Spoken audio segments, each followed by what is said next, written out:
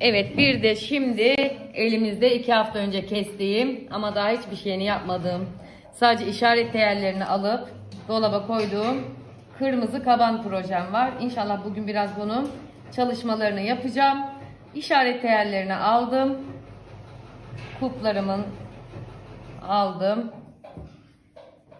Niye alıyorum? Bakın kestim. Aradan 2 hafta geçti. Dikerken de elimde zaten sürekli evirip çevireceğim için bunu. Bu işaretlerim kaybolmasın diye özellikle kaban türü çalışmalarda, buna benzer şeylerde bu şekilde teyelleyerek çalışmayı ben doğru buluyorum. Yapmayan yapmayabilir.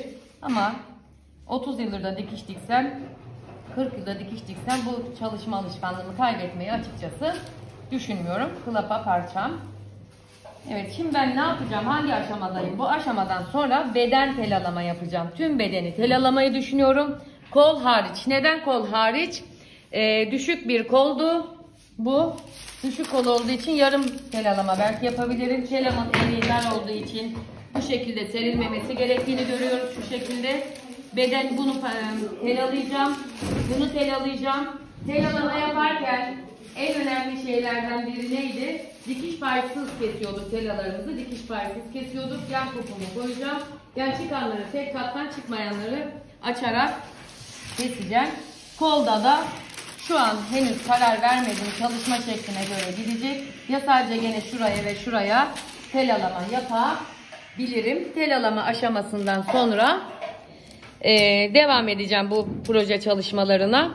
Şunu söylemek istiyorum, özellikle tela keserken kumaşımızı düz boy ipliğine göre yerleştirip kestiysek eğer, telamızı da mutlaka düz boy ipliklerine dikkat ederek kesmemiz gerekiyor. Çalışmamızın düzgün gitmesinin kurallarından biri de budur hanımlar.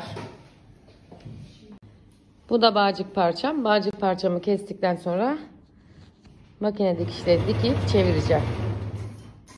Telalamalarımı bitirdim. Şöyle göstereyim. Dikiş paysız kestim. Evet. Kuplarım. Yan kuplar. Kolu bulacağım inşallah. Kolu bulursam sizinle paylaşacağım. Kolları da bu şekilde gene dayanamadım. Telasız yapmak istemedim. Kollara da bu şekilde telamı koydum. Şimdi cep çalışmaları, overlocklar, şunlar bunlar. Önde yapılacak bütün işlemler bittikten sonra kabanımı birleştireceğim. Şöyle göstereyim. Makine seslerimiz de var gerçi ama